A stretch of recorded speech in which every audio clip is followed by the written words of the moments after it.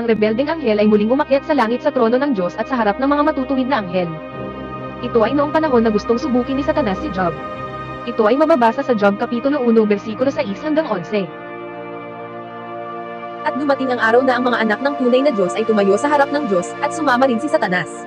Sinabi ng Diyos kay Satanas, "Saan ka nanggaling?" Sumagot si Satanas sa Diyos, "Lumibot-libot ako sa lupa at nagpagala-gala roon." Sinabi ng Diyos kay Satanas, "Napansin mo ba ang lingkod kong si Job? Wala siyang katulad sa lupa. Siya ay matuwid at tapat, natatakot siya sa Diyos, at itinatakwil niya ang kasamaan." Sumagot si Satanas sa Diyos, "Natatakot ba si Job sa Diyos nang walang dahilan? Hindi ba naglagay ka ng bakod sa palibot niya at sa palibot ng sambahayan niya at sa lahat ng pag-aari niya? Pinagpala mo ang mga ginagawa niya, at dumami ng husto ang alaga niyang hayop sa lupain. Pero para mapaiba naman, iunat mo ang kamay mo at kunin ang lahat sa kanya. At tiyak na susumpahin ka niya ng